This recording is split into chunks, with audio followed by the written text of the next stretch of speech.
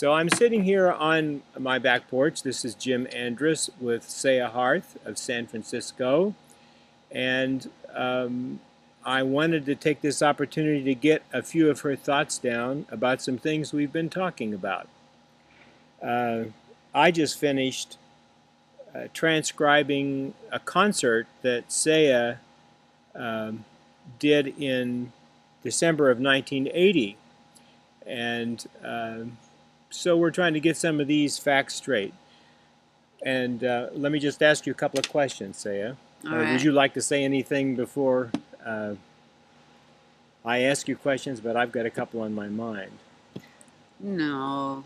Go ahead, Jim. Okay. Ask me something that's easier for me. Okay.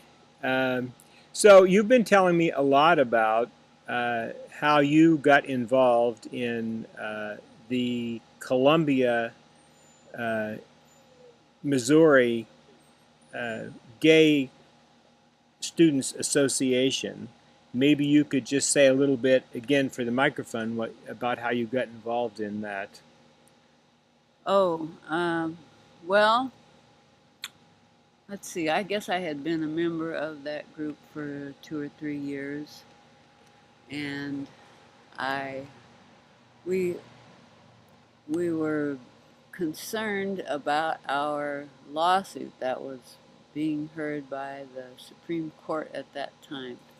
And the lawsuit had actually been filed several years before then, but it had slowly made its way up to the Supreme Court, and the people, this fellow Larry Eggleston, had filed it, who knows, several years before, but he was no longer really a part of the group, which was meeting at the Episcopal Student Union or something.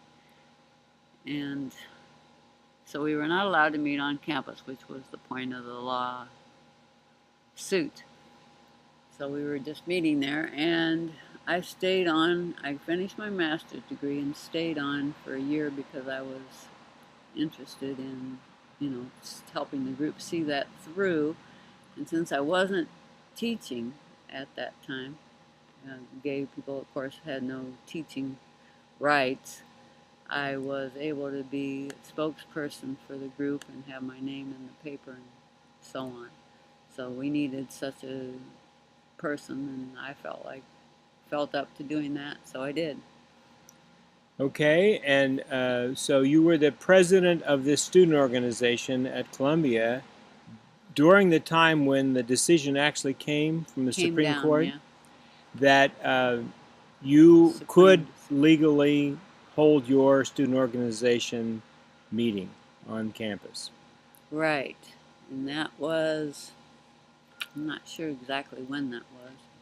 Later 70s, maybe. I'm thinking this was 1979. Could have been.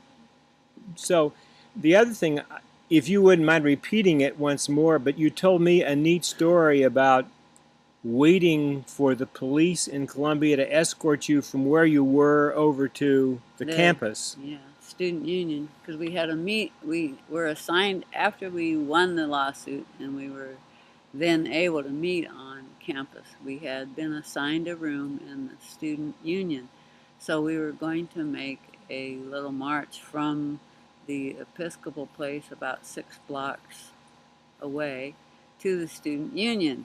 And since there were some detractors and people who were not happy that we were allowed to meet on campus, we had arranged to have a police escort. Well, the police blew us off and didn't care.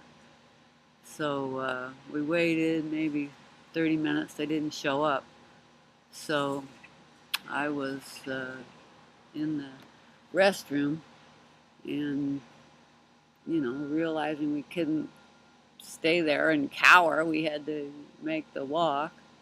And as I was thinking about that and making little prayers and so forth, I got I suppose it would be an infusion of divine energy, and felt that, we would be able to make the walk. And I took this energy with me and back to the group. And we went off in this group. There were about 20 of us, at least to start with. We did pick up some people along the way who joined us. But I had my guitar, and I think I must have played a song or two along the way. I felt a little better with my guitar and leading the group. And I remember two of the men carried a banner that said, "We won recognition, now let's talk." So we were something. But interestingly enough, both my brother and sister, who happened to be gay, somehow ended up in that march. And how they knew about it and got there, I'm not sure.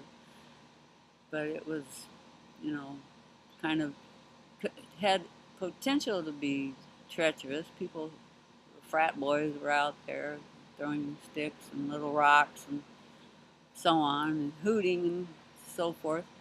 But the only ones who were hit by the projectiles were press people, which of course put them on our side, certainly more than the people throwing the stones. So anyway, we made it over there, and then it pretty much, nobody bothered us once we made it to the room. Well, good. I'm going to stop this for a minute. Yeah.